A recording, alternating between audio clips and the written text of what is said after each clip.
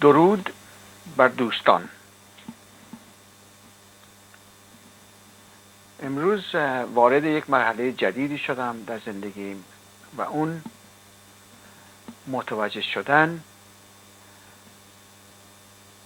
در اوضاع کنونی ایران هست.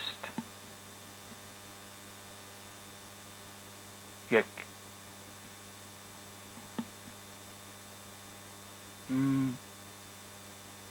درک عمیق، بزرگ، خوشحال کننده و عجیب، غریب منو چنان در راهی که دارم میرم تشویق کرد. دیگه اینو میتونم الان بهتون بگم و اینو میگم که من نیروی اراده من و نیروی ایمان من در هم انداختن رژیم جمهوری اسلامی 200 چندان بیشتر و قویتر و عمیق‌تر شده.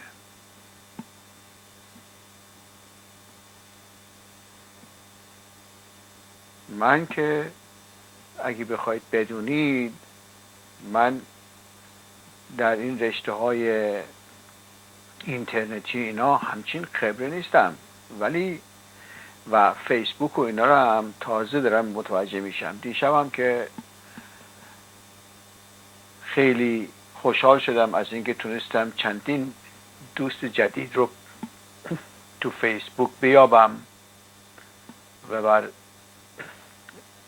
لیست دوستانم اضافه کنم و در اونجا بود که عمیقاً متوجه شدم که تمام ایرانی ها الان بر ضد این جمهوری هستند.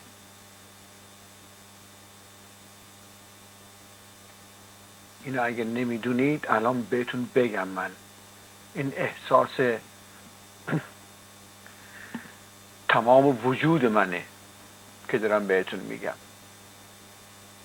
تمام ایرانی ها اکنون مخالف این رژیم لعنتی هستن. لعنتی که کلمه اسلامیه، این رژیم فلک زده.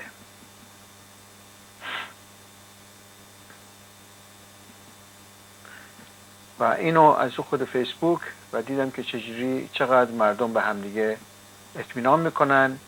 شما فقط اگر یک کمبود دارید، آن هم این خواهد بود که نسبت به همدیگر به اصطلاح مطمئن نیستید. یعنی منظورم اینه که اطلاع ندارید از یکدیگر که اونا هم چجوری عین شما فکر میکنند.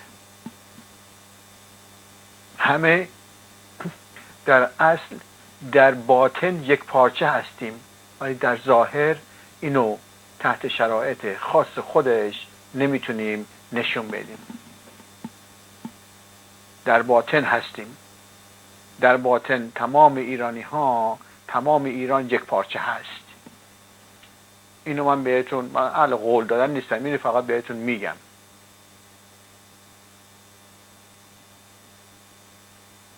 این احساسیه که من از امروز به من دست داده و توجه عمیق منو به خودش جلب کرده که متوجه شدم چقدر ایرانی ها بر ضد این حکومت هستن. همین خود خمینی مقوایی رو دیگه اصلا دیگه از این مضحک‌تر من تو عمرم ندیدم. امکانش نیست. از این مضحک‌تر، یعنی واقعا وقیح‌تر، که فکر میکنم از قصدم بوده که خود آل خمینی رو بندازن، فلسفه خمینی رو پوچ بکنن. اسمش هم که پوچ بود، البته شکی توش نیست، پوچترش بکنن. جو بخوام پوچی خودشونو بیارن رو اون پوچ. پوچ رو پوچ. اینش هم هست.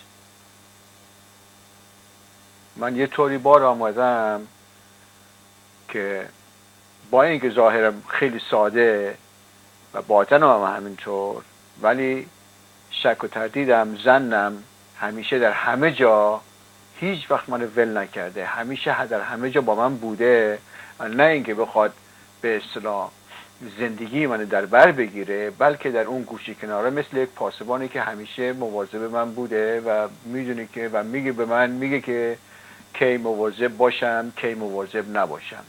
از نظر امنیتی من هیچ مهره رو بدون بازی نگر نمیدارم.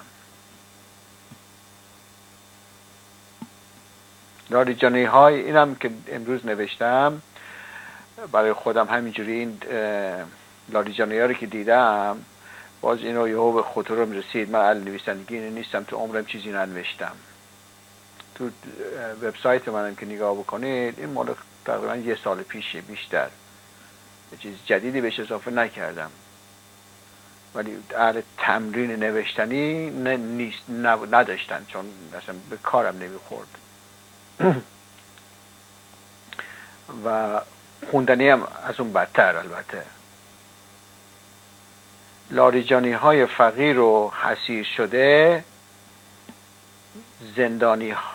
زندان های خودنما، این دو مرتبه میکنم، لاریجانی های، یه خود مشکله، لاریجانی های فقیر و حسیر شده زندان های خودنمایی و چپاول اموال محرومین و معلولین چنان از حماقت‌های زیربنای خیشتن بیخبر هستند که هنوز نمی‌دانند که هرچه مقدار ارز در بازار کمیاب‌تر گردد بر قیمت آن اضافه خواهد شد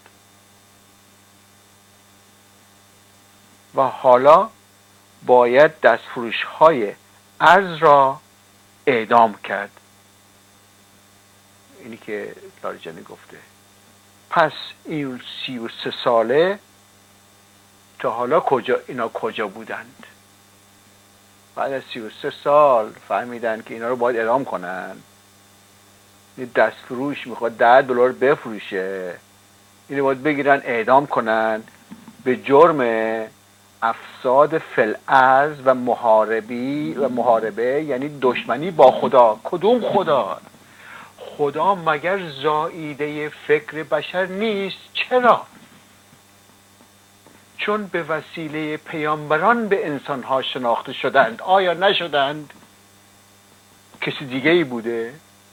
اگر یک بچه دنیا بیاد با هیچ گونه کلمات مذهبی و نمودارهای مذهبی در مد نظر بچه قرار ندیم، وقتی این بچه بزرگ شد آیا خداشناس میشه؟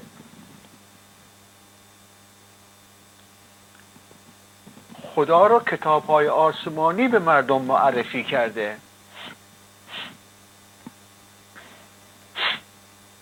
یه آدم کرولال خدا میشناسه اگر نتونه، هیچ وقت نخونده باشه، هیچ وقت هم نشنفته باشه، خداشناسه؟ اصلا میدونی یعنی چی؟ نگاه کنه. دشمنی با خدا. دیگه الان دیگه آمریکا رو ول کردن، انگلیس و فرانسه و آلمان و همه دنیا رو ول کردن، الان دیگه دشمنی ندارن تو کره زمین، چسبیدن به خدا. حماقت های اینها بدون تردید ابله ترین نوع بشریت هستند و ما ایرانی ها تازه داریم اینا رو میفهمیم. خوشا به حال ما. خوشبختی نه، بخت اینجا صحبت بخت نیست، بخت بی بخت. مایه خوشحالی ماست که اینا رو بالاخره با این همه زجر و کشت و کشتاری که دادیم سر هیچ و پوچ، زندانی ها، ستوده نسرین ستوده و هزارها نفر مثل ایشون در زندان ها زجر داده شدن، اموالشون به سرقت رفت، یک موش زندانی را آوردن گذاشتن سر حکومت.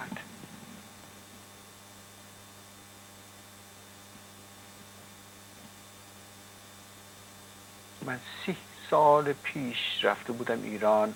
شاید یکی از شما شنوندگان اینو همینجوری تصادفی همون شخصیتی باشه که من باهاش صحبت کرده بودم، خصوصی گفته بودم 30 سال پیش رفته بودیم شمال مسافرت و اینا با آشنا و دوستا و اینا.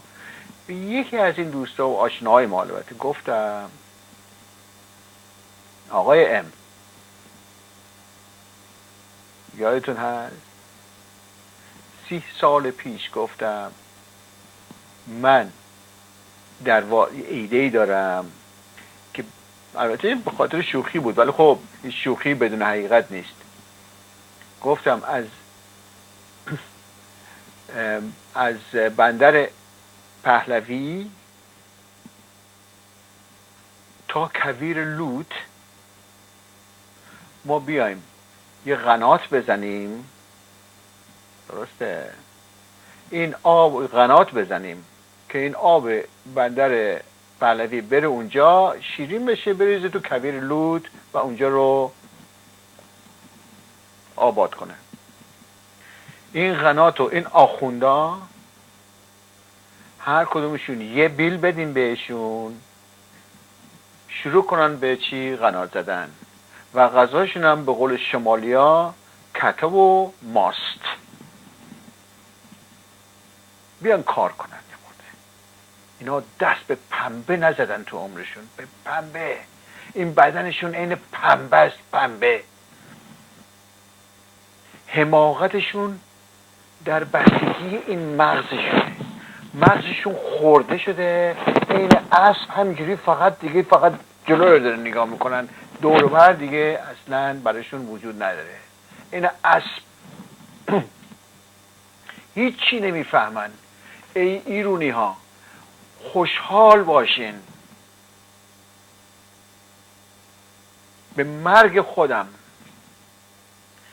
که شماها الان برنده پیروز حساب شده هستین. اینها رفتنی هن. از امروز قالشون کنده شده. جشن میگیرین.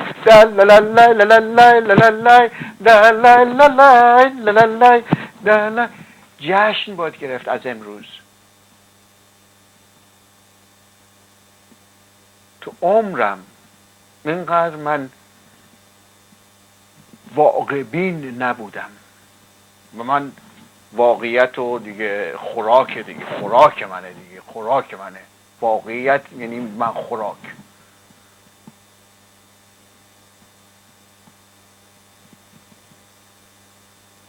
یک خوشحال باشین که من ایرونی از آب در اومدم. تنها کسی که تا حالا تونسته برای خودش 2-3 تا از این جایزه نوبل رو برای خودش بگیره. یه دوست دیگه، دوست صمیمی من که به خاطر اینکه میشناسمشون، آقای ام هم هست، ایشون هم اسمشون ام، خودشون میدونن که این الان تو سایت برام نوشته راجع به اینا. این فلسفه‌اش گفته، این واقعا گفته آقا نگو چیز جایزه رو بردی چون اینا به اصطلاح کپی رایت. گفتیم باش. جیو اکونومیک. در کسی میدونی چی هست؟ از این گیج کردن. این استاد دانشگاه هاروردش هم نمیدونی یعنی چی. من استاد در این دکترین یعنی فلسفه عمل شده استادم.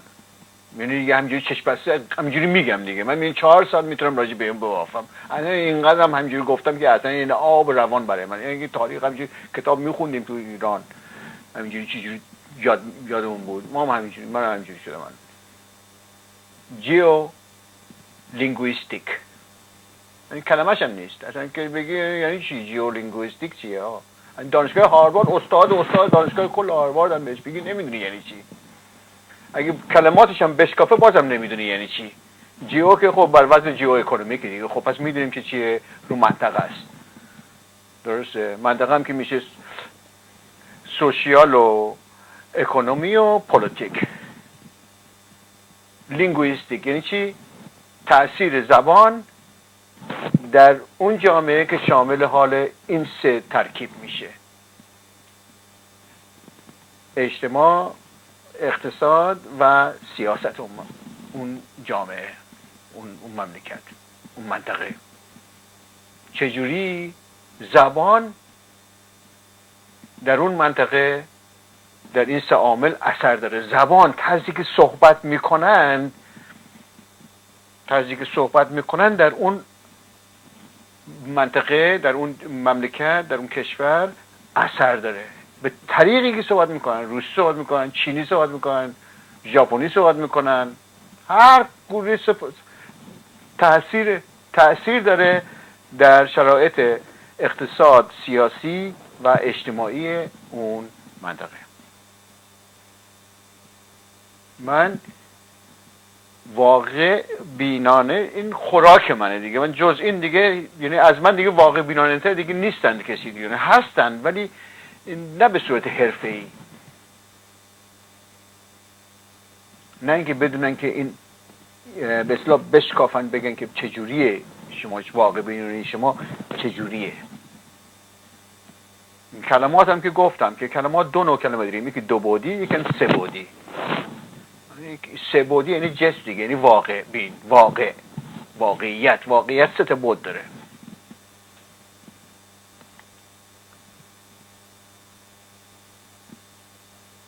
خب این بدبختا و بیچاره ها رو معذرت میخوام، حالا اینا رو اینجوری کلمات ناباب استفاده کردم، این کارگرها و زحمتکشای $2 و $10 $20 میخوام بگیرن، پولش اینو میخوام بگیرن، بزنن اینا رو از بین ببرن، که دارن همین کارو میکنن. ما هممون میدونیم که چقدر اینا افتضاحن، یعنی دیگه گندن دیگه، یعنی واقعا دیگه اصلا از اینا گندتر پیدا نمیشه. همه اینو میدونیم دیگه الان دیگه، و همه داریم با خودمون، باید با خودمون با هم دیگه رابطه برقرار کنیم، باید با هم دیگه رابطه برقرار بکنیم.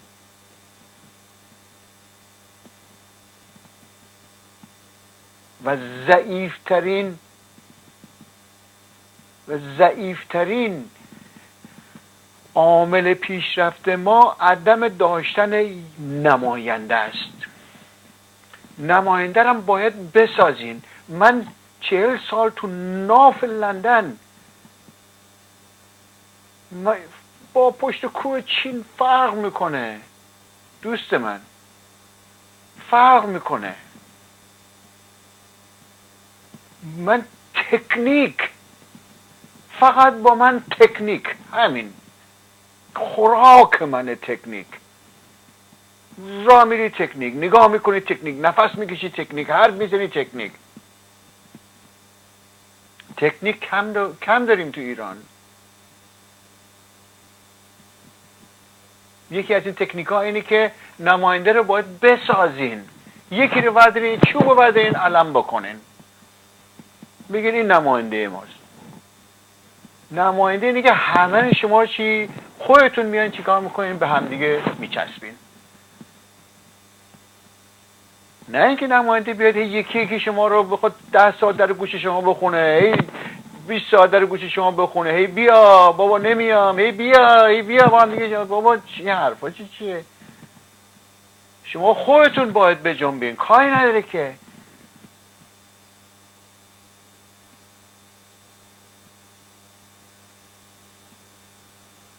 هر کی بیاد بگه الان به من بگه آقا بیا با من شو، میگم چشم، شاگردم هستم، هر چی که تو بگی همونه. این تکنیکه.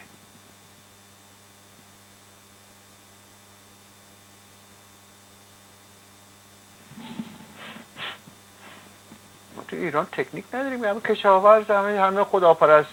کجای این کارا تکنیکه؟ تکنولوژی داریم، چی داریم؟ همش سوار میکنیم دیگه.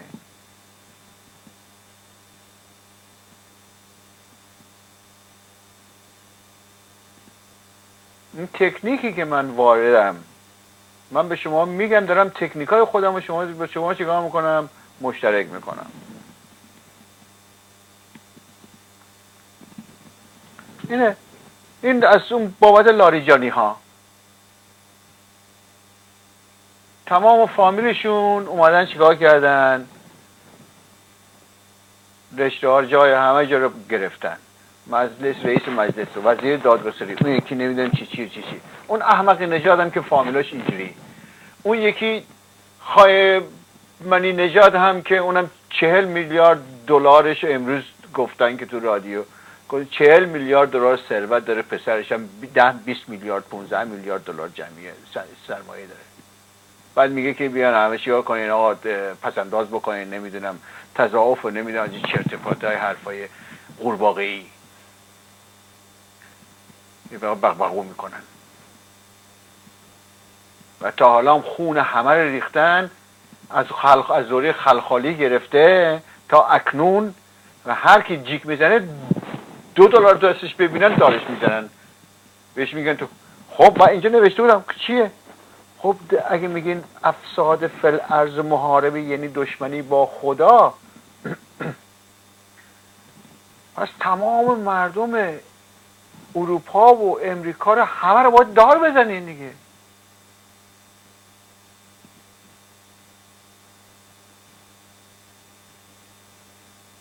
همه رو باید دار بزنین که پس اینا به هر جا برسن میخوام شروع کنه به داد. خب مردم بابا، مردم خارج از ایران که مثل مردم ایران که نیستن، ترسیدن دیگه. تو ایران دیگه زهرهشونو گرفتن، اونا ترسی ندارن، اونا میترسن از اینکه اینا بیان اونا با چی کار بکنن. زنهاشون که الان 200-300 ساله سعی کردن بیان تو جامعه، از تو خونه رخت بشور و کهنه بچه رو بشور و لباس درست بکنه، نمیدون غذا بپز و 6 تا بچه رو 7 تا 8 تا 10 تا بچه رو بزرگ کردن و از صبح تا شب هی آبستن بشه و هی کاری نتونی بکنی و تازه از اون نجات پیدا کردن. و اینا میخوان 2 مرتبه بکوبن. خب برین تو فیسبوک مگه نگفت مگه تفلک زنها اینها زن تو دولت نیست، همه جا مرد. پس میدونیم، پس باید بدونیم که اینها در این تاریخ نیست، این مال حاضره. اگه تاریخ بود من زیاد دلم نمیسوخت، مال الانه، مال تاریخ گذشته است، نمیشه کاریش کرد. این الان داره اتفاق میفته و همه میدونیم. فقط هم یه راه داره، یعنی یه راه اصلی، وگرنه باید صبر کنیم. صبر کنیم تا بالاخره چی؟ یه مملکتی بیاد مثل عراقی یه کاری بکنه که مملکت داغون بکنه که بتونه اینا رو از شر اینا برای خودشون خلاص بشه، نه برای ایرانی ها.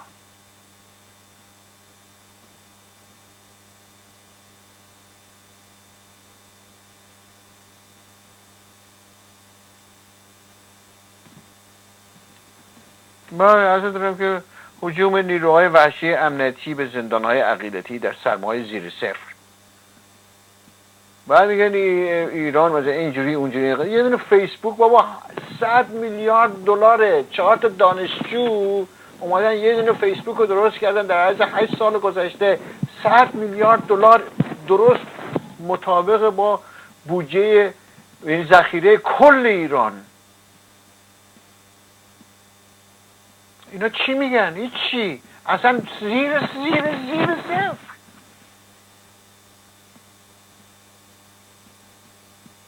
دست انداختن. حالا دیگه دوره عوض شده. اون یه تفلک هم که میگن خبرگزاری ایلنا که گزارش داده بود، یک تفلک کارخونه خودش سوزون، کارخونه خودروسازی بهمن، اونم پیغام اون اخبارش داد، بعد یه ساعت بعد اخبارش دو مرتبه جمع کرد. از این گندتر دیگه نداریم ما تو دنیا، نبوده تو تاریخ، نبوده. اینا رفتنی هستن و شماها کاری نکنه خودم این کارو میکنم، ولی شماها بشین اونجا بعد بگین بابا یه خودش میاد، اینا دیگه از اون دیگه اونجوری دیگه فایده نداره، میدونی؟ چون بالاخره هر کسی وقتی یه کاری میکنه یه چیزی گیرش میاد. اون کسی که هیچ کاری نمیکنه هیچ وقت، مگه خود خایمنی مگه کاری کرده تا حالا؟ این همه پولو به قول بچه‌ها میخواد چیکار بکنه؟ کجا میخواد خرج کنه؟ کی میخواد خرج کنه؟ پول جمع کرده که چی میشه آخه؟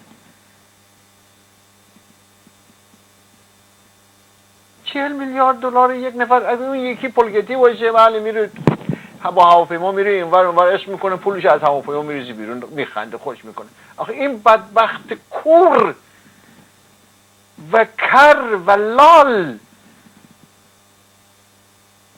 چلاق، این با پول میخواد، با این همه پول میخواد چیکار بکنه؟ بعد به ما میگه که شما بیاین پسنداز بکنین که مملکت جانش نجات بدیم. بعد خودش میره میلیارد داره میخوره پول فقیر فقرا رو. همه بیکار، همه بی پول، همه افیونی، همه تو خیابون افتادن گوش تا گوش. دلتون میاد هیچ کاری نکنین؟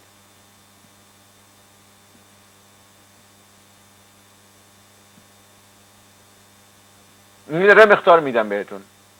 با من یک نفر هر که در افتاد ور افتاد. این تو تاریخ من اینجوری بوده. 65 سالی که من زندگی کردم هیچ احدی با من در نیفتاد. هر کی در افتاد ور افتاد. فکر بد راجع به من کرد ور افتاد. خود به خود افتاد. اصلا ندونست از کجا خورد. این دروغ نمیگم من اهل دروغ نیستم. نه قسم میخورم، نه قول میدم، نه دروغ میگم. من فقط به خاطر این میگم که شما منو عمیق‌تر بشناسید، نه خوبتر و بهتر. چون خوبتر از خوب میاد، بهتر هم از خوب میاد. معلوم نیست خوب و بد اصلا معنی نداره، یا درسته یا غلطه.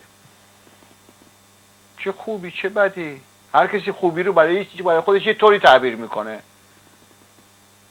یعنی 20 سال پیش با اخویم بحث میکردم، هی میگم گفتم خوب چیه؟ خوب یک نفر سم یک نفره، ولی درست بود برای همه درسته. من بعدا این قانون رو همچین تشریح میکنم که یه بچه 1 سالم بدونه. من خودم برای اسم نخست وزیر قبلی انگلیس گوردون براون یک نامه نوشتم حسابی. حالا پیدا میکنم دفعه بعد، فردا الان هست اینجا تو عکسام هست، پیدا میکنم فردا این چیز نامه‌شم به شما نشون میدم. از پارلمان انگلیس برام نامه نوشت که آقا ما نامه شما رسید، خیلی متشکریم. بسوان نامه نوشتم، محتویاتش این بود که آقای گوردون براون، شما که میایین این کریکلوم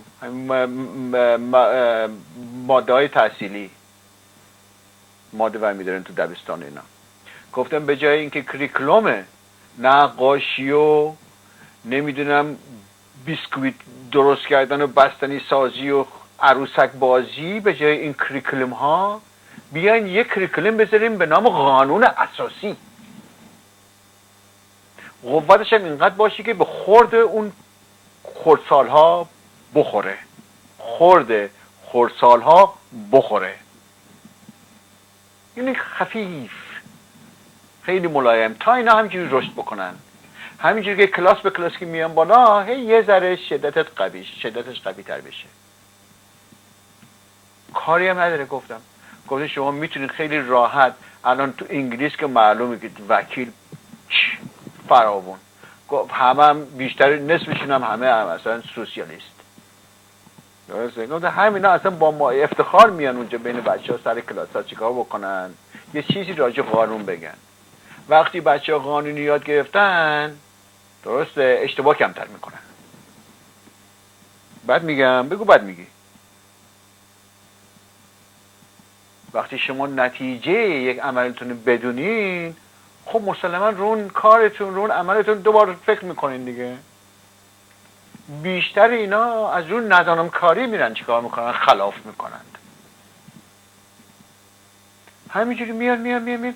بعد این مملکت میشه یک مملکت نمونه در دنیا که قانون اساسی از کودکستان و دبستان تا سیکل دوم همینجوری چیه ادامه میکنه. بعد از اونجا هم هر کدومشون خودشون خواستن میرن دانشگاه همینجوری و وقت پر شد قانون دون و صادر میکنن.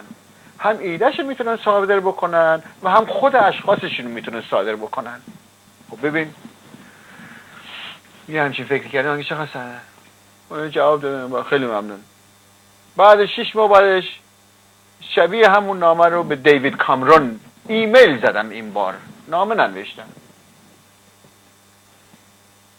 اونا هم ایمیل زدن که دارم ایمیلشون که خیلی ممنون خیلی متشکریم از بابت ایمیلش دریافت شد مرسی. خب قانون من اینقدر قانون رو خوب میدونم یعنی درستش رو میدونم نه اینجوری که مثلا دفتری و مفتری و اینا برم وکیل نه من قانون از یک جاهای دیگه میشناسم از یک زبان دیگه ای. قانون برای من آره یا نه است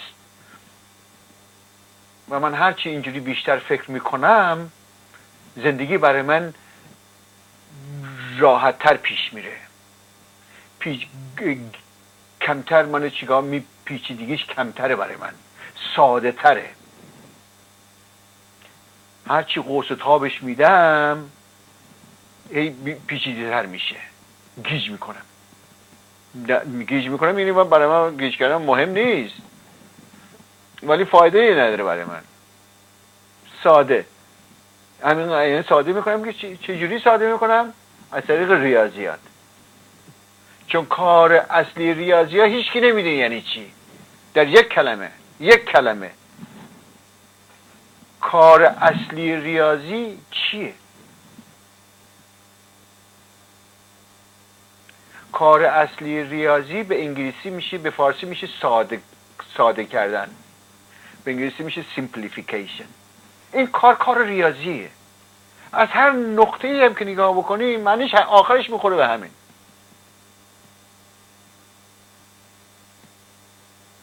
وقتی شما کلمات رو از طریق اعداد میبینین دیگه معلومه دیگه تو دیگه اصلا طرفش نرین اصلا.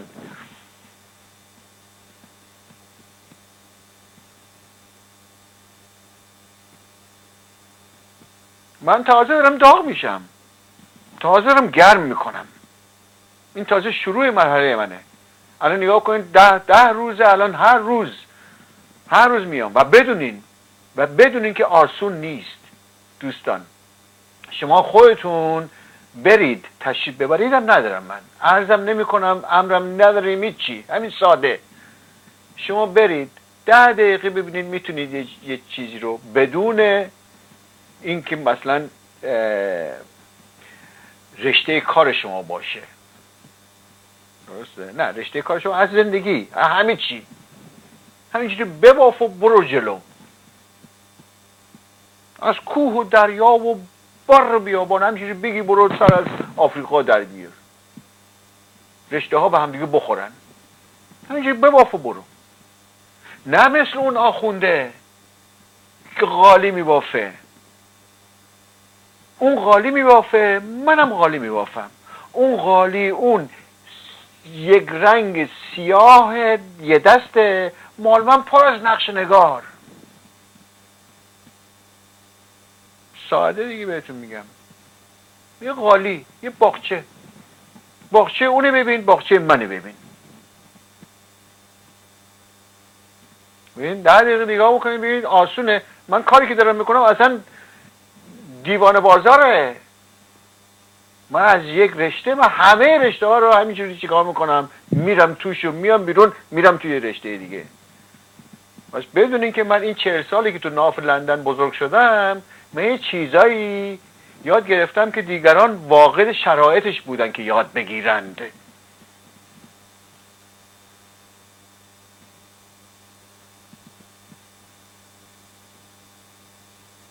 خب اونم کجا از قانونش زبان. خب شما مثلا بگین خب همین دوست صمیمی ما فرانسه. خب اینا چرا حالا از اون فرانسه بگیم یه خورده بریم قوی ترش بکنیم بگیریم که قوی تری که آسان تر باشه؟ چین. درسته؟ همه چیزش عالی، همه چیزش فوق العاده فوق العاده فوق العاده، ولی یه چیزش کم داره. آزادی هم نیست. لهجه، زبان. چرا چین نمیتونه آهنگای پاپ میوزیک درست کنه؟ چرا؟ شما برین جواب بدین. 5 دقیقه به شما وقت میدم برین جواب بدین دیگه. چرا نمیتونه درست کنه؟ چرا پاپ میوزیک اونا قوی نیست؟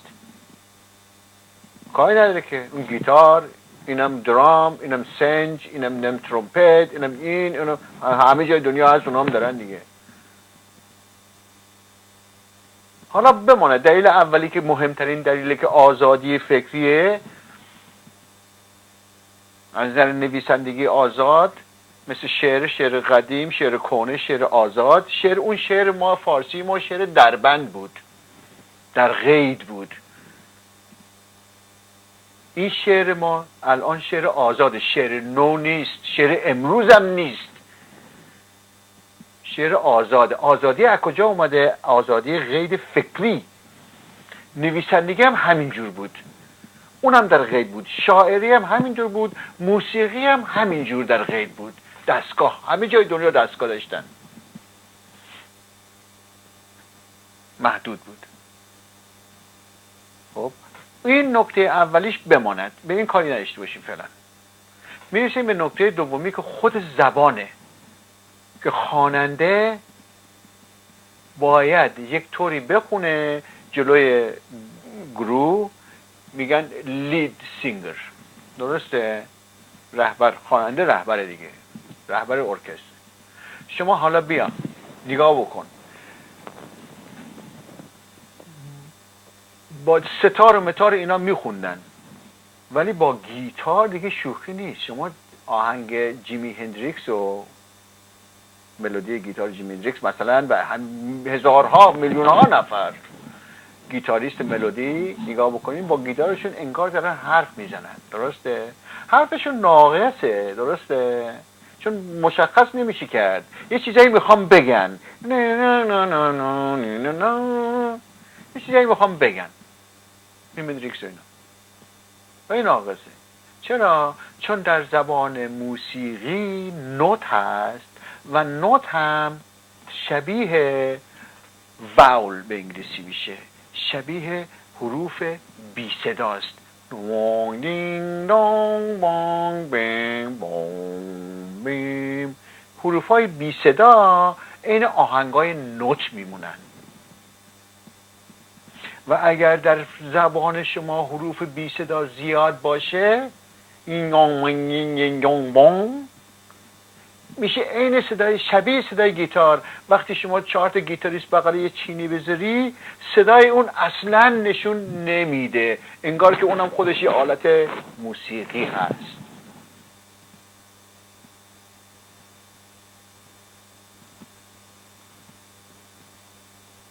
وقتی اینا ال نمیتونن، لام ال نمیتونن بگن، خب حالا بماند که کلمات محدود میشن، ولی اون سیلابل لازمه که چیکار کنه؟ بین واول ها بره و اینا رو بشکنه، یه چیزی در بیاد از توش. کنسوننت، حروف با صدا، حروف بی صدا زیاده. فرانسه هم همینطور، فرانسه هم حروف بی صدا داره، اونا هم در موسیقی ساختن پاپ، همین مملکت این بغل انگلیسه، ولی 1 میلیون درجه عقب‌تره.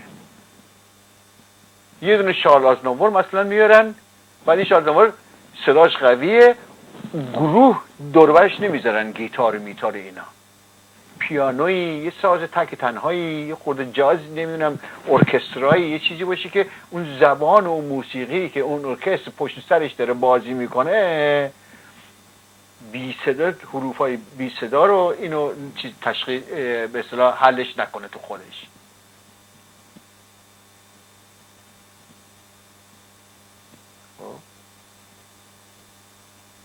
عدم موفقیت اینا فقط به خاطر همین دیگه، دستگاه‌های موسیقی که همه جای دنیا هست.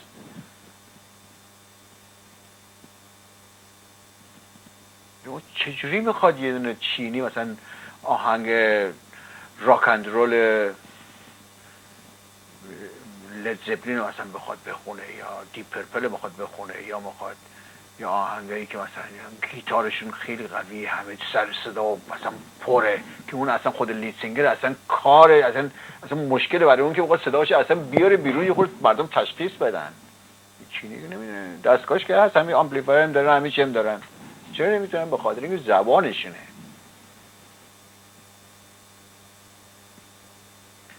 در ضمن امروز به من توضیح داده شد اگر ایرونی ها بخوان اینو دقت کامل این دیگه اجباری ها، اگر ایرونی ها بخوان امروز این گوشی در آوردن گذاشتم هی گفتم بچه ها گفتم بابا این زشت خوبی نیست اینا گفتم تا یکی دیگه بگیرم برسه اینا اینو در آوردم گفتم سلام میکنم چیزی رو خودم حالا تجربه صدا ضبط میکنم اینم که به اصطلاح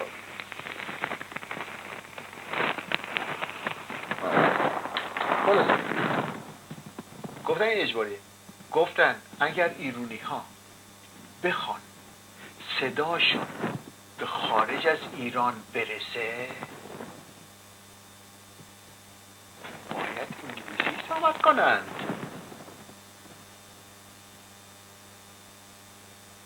تمام کشورهای دنیا انگلیسی صحبت میکنن حداقل وقتی که به تجارت میرسه. وقتی آمریکای غول پیکر قصی عظیم و جسی که اون گوشی نشسته شما میخواید فردی یک نامه بنویسید که بله آقا مثلا ما 100 تا مثلا ماشین کادیلاک میخوایم 500 تا مثلا پیستون میخوایم نمیدونم 1000 تا مثلا قرص میخوایم 10000 تا مثلا چی میکروسکوپ چیزی میخوایم. شما میخوایم به چینی بنویسیم به یارو بگید به عربی میخوایم بنویسید. خب چه جوری میخوایم بنویسید؟ این واقعیته. نگاه کن باید به انگلیسی بنویسه. از چین هم بخواد این کارو بکنه هر جا که به پول میخوره انگلیسی لازمه واجبه. یعنی معذرت میخوام اشتباه کردم لازم نیست واجبه. ایرانی ها بخوان صدایشون هرچی هست اعتراض آهنگ موسیقی حالا هرچی هست بخواد به خارجی ها برسه باید به انگلیسی زبان انگلیسی باشه. فرانسه هم میتونه ولی خب فرانسه قویت خود فرانسه بخواد تجارت بکنه با آمریکایی یا انگلیسی یا استرالیایی یا نیوزیلندی یا کانادایی اونم باید چیکار بکنه به انگلیسی بنویسه.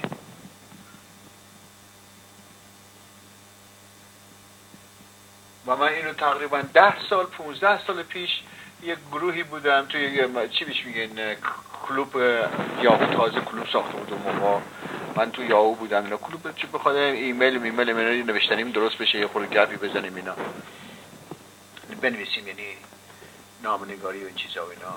من اونجا گفتم من بهشون اونجا من همینو بهشون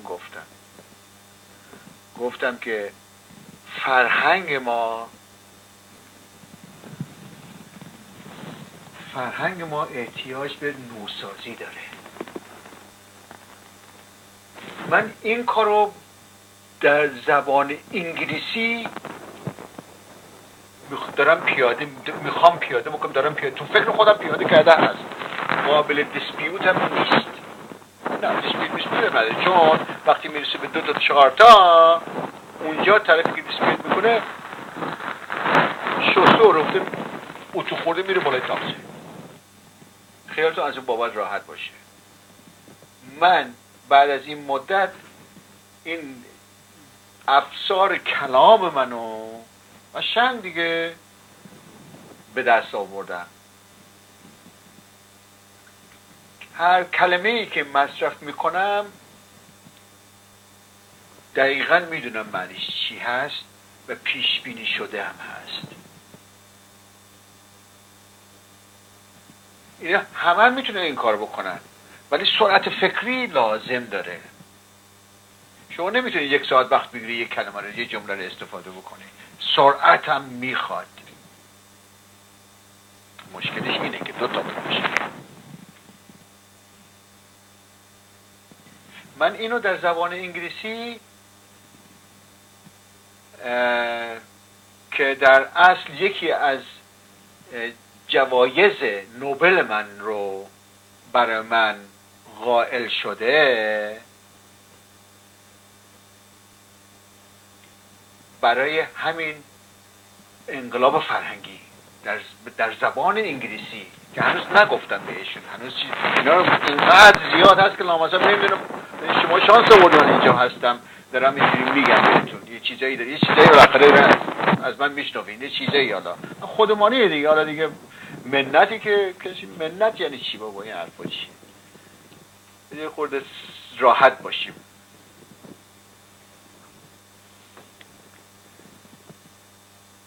و این انقلاب فرهنگی، این کلمات مثل کلمه امید، نگاه کنید این کلمه امید مثلا مال 5000 سال پیشه. این در لابلای ترویان هورس، تو ویروس ها هستن با طریق ترویان هورسز، همینجوری در لابلای این ترویان هورسز خودش آورده به امروزه. هیچ معنی نداره، چون امروزه همه جا واقعی هست. یعنی کشورهایی که ادعا میکنن دموکراسی هستن باید اول واقع بینانه باشن تا اون دموکراسی اصل به وجود بیارن. یعنی اصل و بدل دیگه نداریم. وقتی شما میگین دموکراسی هستی یا هستی یا نیستی، همه شده پی کارش. ما we talk here conceptively. we talk conceptively. دیگه اونجوری سایه بخوایم بدیم و بگیم ما یه ذره این ورتر یه ذره اون ورتر، اینا نیست، یا هست یا نیست. سایه بندی نداریم.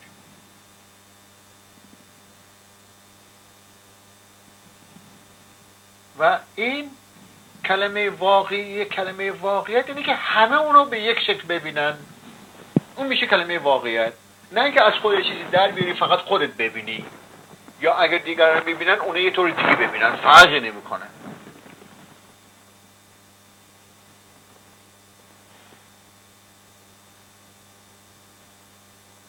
اینه که طرز فکر از کلمات درست شدن. کاری نداره که چیزی دیگه توش نیست که میگن آقا طرز فکر یا رو ببین، طرز فکر یا رو ببین. شما از کردارش هم نشون نمیده، تازه از گفتارش نشون میده. این گفتار یک نفری که شخصیت اون یک نفر رو چیکار میکنه نشون میده. و در گفتار کلمات هستند که کلمات در فکر فقط کلمه از چیز دیگه نیست که هر چیز از تمامش پر از کلمه است. تمام دنیای داخل یک فکر مغز عملیه. این فکر مغز تو کله هست. مغز کارش بایولوژی و چیز هست.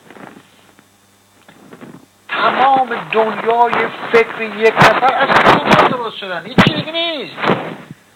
هیچی نیست. چیز دیگه هر چی هست کلمه داره، اسم داره.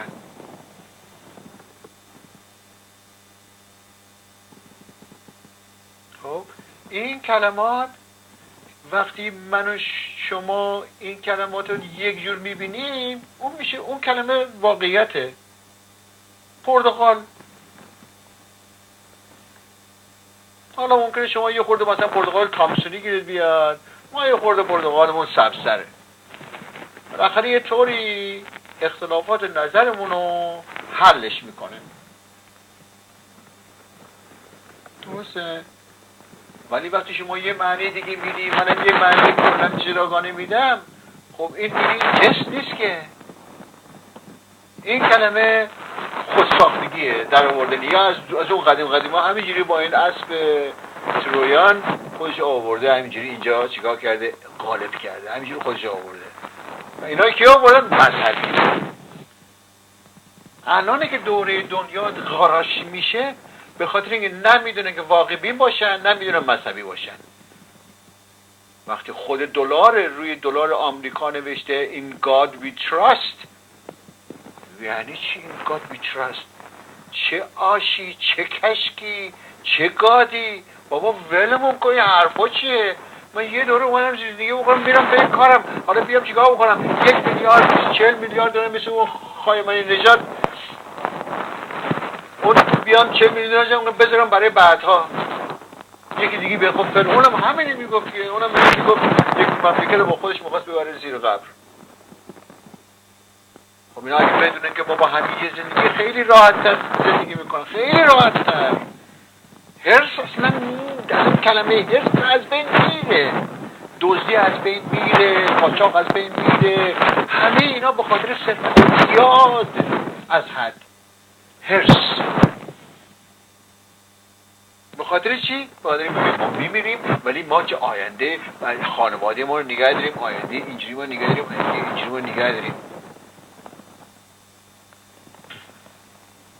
منی که ایرانی هستم، از ایران اومدم اینجا، من باید قرصه بخورم. من وقتی آوردم بچه من اینجا دنیا میاد، در این مملکت بزرگ میشه، درسته؟ میگم آقا تو اگه این مملکت نتونی خودتو بسازی، کجای دنیا میتونی خودتو بسازی؟ یه آمریکایی هم همینطور. برو یه بچه‌ای که تو لس آنجلس ناف هالیوود دنیا میاد، برو در گوشش بگو بابا تو اگه اینجا خودتو نسازی، کجای دنیا میخوای خودتو؟ حبشه میخوای خودتو بسازی؟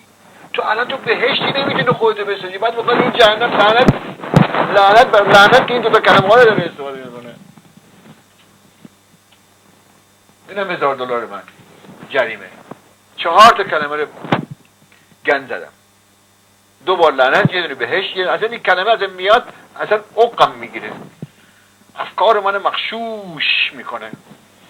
خود کلمهش به هر عنوانی excuse no excuse. حالا امروز کریسمس، من میتونم این کلمه رو استفاده بکنم، اونجا روز تولد من میتونم این کارو بکنم، حالا اینجا نمیدونم چی و این چیزاست. no excuse، اصلا به هیچ عنوان کلمات دیگر رو میشه استفاده کرد. کلمه رو کار بنداز، یک کلمه از خودت در بیار، یک کلمه دیگه استفاده کن که شبیه اون باشه، رسانه همون باشه، تو همون وزن و همون مایه باشه. اونجایی که میرم خوش میگذره، نه اون پارادایز. اونجایی که مردم میسوزن، من میگم آتش سوزی، آتش خونه، نمیدونم چی بالاخره مشکلی خورده. اینه دوستان من، اینی که و گفتن که ایران، هر ایرانی بخواد هر اعتراضی خودشو، خواسته های خودشو به خارج از ایران برسونه، البته اون کشورهای اسلامی رو نمیگم، باید به انگلیسی دسترسی پیدا بکنه. و بهترین راه یاد گرفتن زبان انگلیسی قلبی، نه دانشگاهی، نه قلبی، تاریخ اون مملکت یاد گرفتن. اینو من 20 سال پیش به یکی 20 سال پیش، نه 15 سال 20 سال 15 سال پیش، بله، رفته بودم ایران، به یکی از این بچه‌های فامیلمون گفته بودم، گفت میخوام انگلیسی. گفتم بهش بابا جون میخوای انگلیسی میخوای یاد بگیری، اون تاریخ اون مملکت رو بخون. یه مملکت انگلیسی زبان پیدا بکن، برو تاریخش رو بخون، ببین کدومش هر کدومش میشه. استرالیا هست و کانادا هست و آمریکا و نیوزیلند و انگلیس، این 5 تا کشور دیگه شهرت دارن در انگلیسی. ولی چون همشون انگلیسی هستن، برو انگلیسیشو بخون. اگه خوشت نمیاد برو امریکایی، فرق نمیکنه.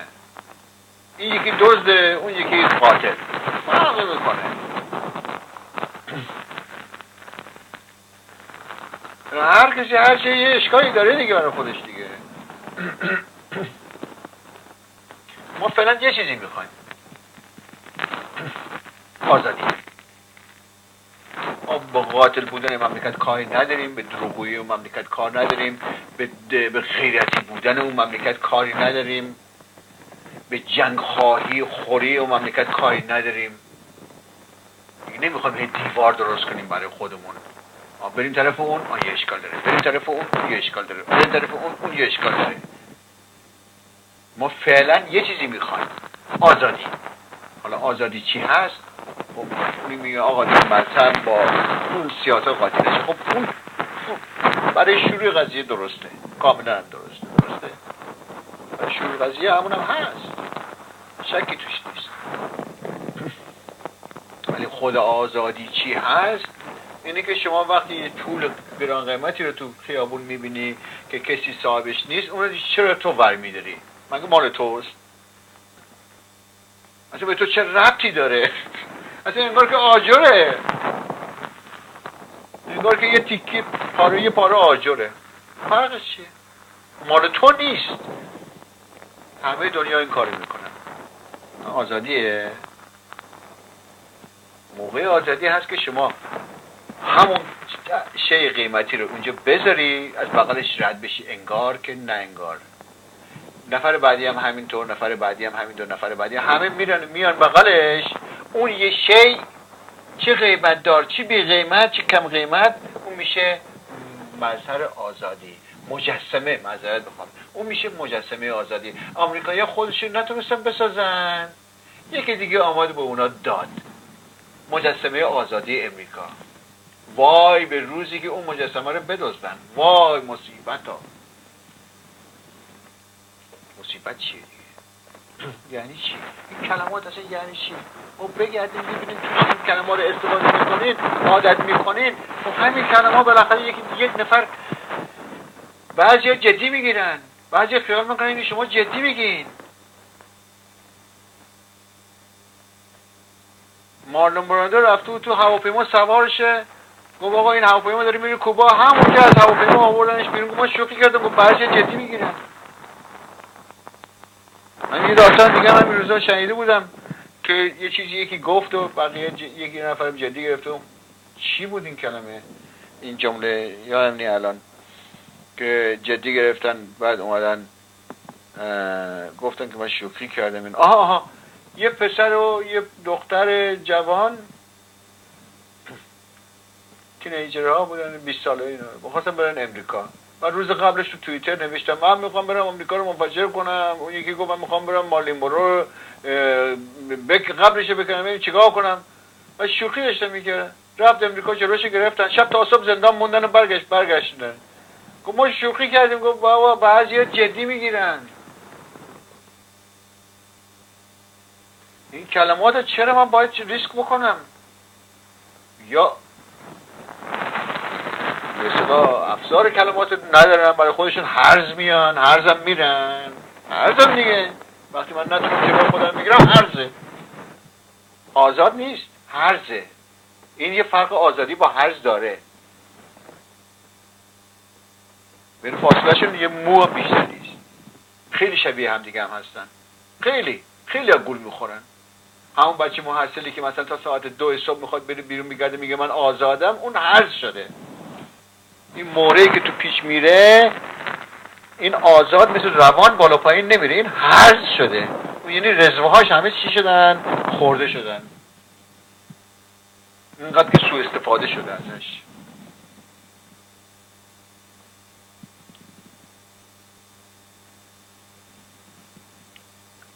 و من امروز این روز اینو دیدم، با حسم دیدم، این روز روشن که چجوری این رژیم اسلامی از بین رفته شد. و اگر همین الان، من تا دیروز باور کن به جان خودم، تا دیروز حتی به یکی از بچه‌ها آقای ام در بلژیک هم گفتم با چیزا برو سفارت امریکا با اینا بگو اینا، گفتم که روز حمله امریکایی‌ها به ایران 25 بهمن امساله، والنتاینز دی.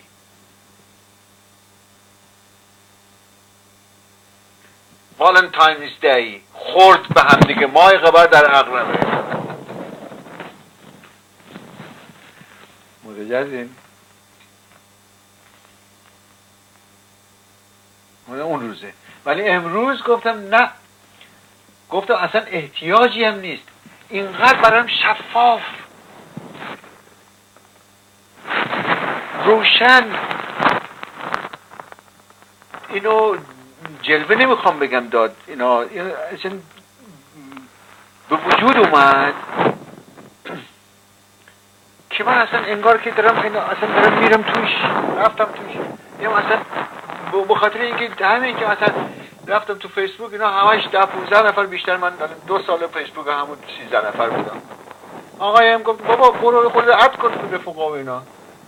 رفتم بیشتر گفتم باشه اینا اد چجوری اد بکنم چجوری اد نکنم. رفتم یهو دیدم 5 نفر امروز صبح، 5 نفرم امشب، 10 نفر یهو اضافه شد. همه بچهای همه باحال، همه اصلا عین همه عکسای مقاوایی، همه دارن دیگه ریش این آخونده دارن میخندن، همه دارن دل خودشون گریه میکنن برای این زجری که دارن ایران داره میکشه از دست اینا. همه در انگار که یک نفر، همه با یک زبان، یکی از اون ور بازاری که از این اصلا هیچ با هم هیچ رابطه هم نداشتن، ولی همه انگار با یک زبان این اصلا چیزاشون، ایده هاشون در فیسبوکشون همه یک اداب، همه یکی انگار یک نفر بودن همشون. خیلی عجیب. و من واقعا خوشحال شدم، یعنی دیدم یه چیزی هست. یه تیکه الماسه که من اگه اجازه بدین من میتراشمشون برای شما، میدم نگین بکنین بذارین تو انگشتتون. تکنیک میخواد دیگه، تکنیک میخواد، همین چیز دیگه نمیخواد. تکنیک، همه کار با تکنیک، همه کار شورت کات.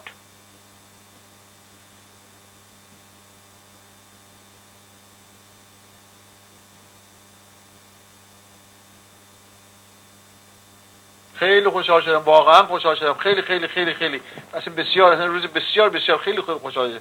اصلا من این دارم روز به روز جوان‌تر میشم، همینجوری هستم. من همینجوری بخوام برم جلو، این عمر جاویدانی اصلا بی خیالش، دیگه فکر نمی‌کنم اصلا راجع به اینا رفتنی هستن و من همچین چسبیدم به این خرخره‌شون. 500 کیلو در ثانیه،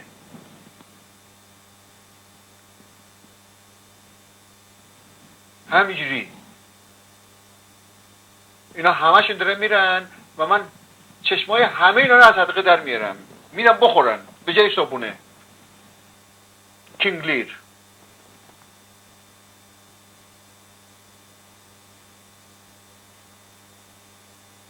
تمام روح من در این کار گذاشتم، همه چی، هر چی دارم و ندارم گذاشتم تو این کار و اینا باید برن و میرند. خواهندی هم نیست، رفتند. تموم شد. 25 بهمن امسال برابر با والنتاینز دی، نه رأی میدین و همین که نه این کلمات بلغوری رو اصلا اجازه میدین که به زبان بیارین.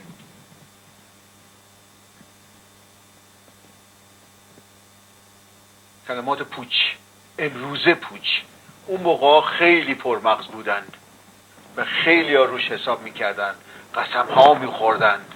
قسم چی ولو چی قسمی؟ چی قسم چیه؟ عزیز داری برای خودت، عزیز داری به من چه حرفته، بزن کارتو بکن. به چرا قسم میخوری؟ اصلا خود کلمه قسم یعنی چی؟ پریر یعنی اون یعنی چی؟ پریر یعنی چی؟ که من مثلا پری میکنم برای تو، نماز میخونم برای این حرفا، چی برای اینا مالا بابا، این مالا عهد عتیق، اصلا مالا 2000 سال پیشن، مالا مدیول دارک ایجز. الان بابا رفتیم میخوانیم به سیرکم، اصلا کجای کارین برادر؟ زبان اگه نمیتونین جلو خودتون بگیرین به انگلیسی بگین، ببین چقدر فرق میکنه. 2 تا برادر اومده بودن تو انگلیس، یکیشون اینجا بود. بعد یه روز یکی دیگه یکی هم دومی از ایران اومد، میدل ایج. بعد یه روز یکی از دوستام که جفتشون میشناخته اینا زنگ زد اینا گفت ها کامی، گفتم ها. گفتش که این بین این دو تا برادرها دعوا افتاد، دعوا شد. گفتم که سر چی بود؟ گفتش که یکی اومد به پیغمبر اینا اهانت کرد، اون یکی خورد به غیرتش و دعوا شد و نمیدونم ول کردن هم دیگه، رفت اون یکی رفت و برگشته ایران چیزا. گفتم خب دایی این شما دایی منظورم چیز فارسی خود حقیقی نه. گفتم خب اینا داشتن به فارسی صحبت میکردن. گفت آره. گفتم ببین همینه، اشکال کار همینجاست. اگه اینا به انگلیسی میگفتن جدی نمیگرفتن.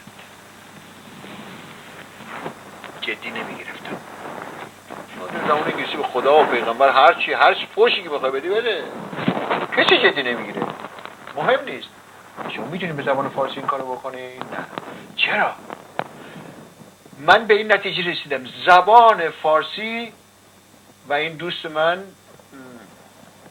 آقای ام گفتش که و اینم به اصطلاح تایید کرد، زبان فارسی یک زبان تهاجمیه، حمله میکنه، عصبیه.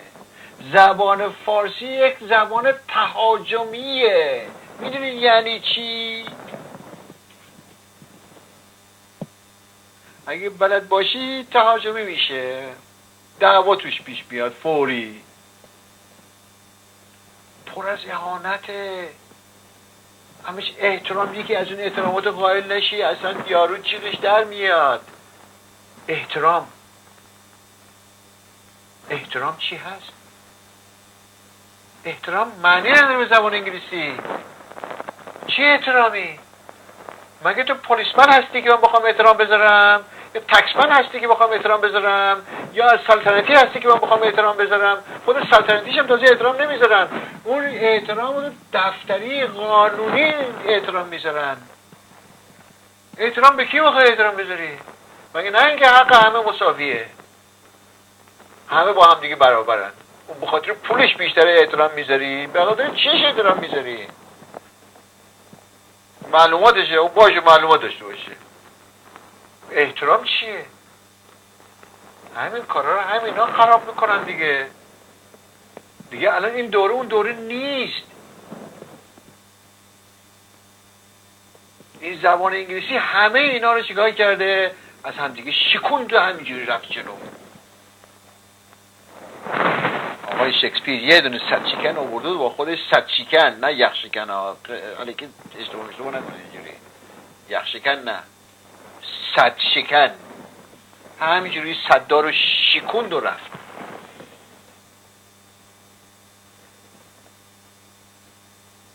شما گفتش که هر آزادین که هر چی رو میخواین انتخاب بکنین. هر چی خود اس داره دیگه. یعنی چی؟ هر کلمه که بخوای استفاده کنی. یه دونه کلمه حتما باید احترام باشه. 1000 تا کلمه هست میشه استفاده کرد، 1000 نوع متقابل میشه این کارا رو کرد. این تو همین مایه‌ای برام اینه که این کلمات اصلا فارسی صحبت کردن سست.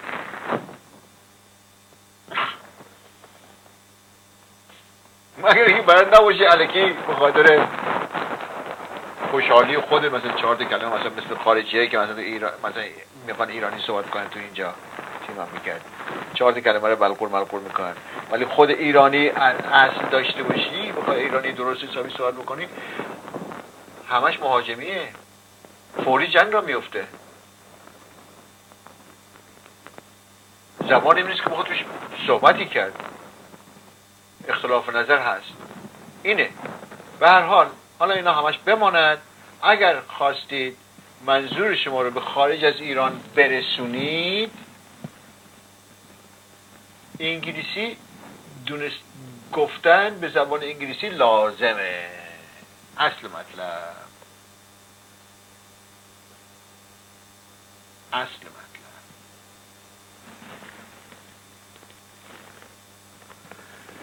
خب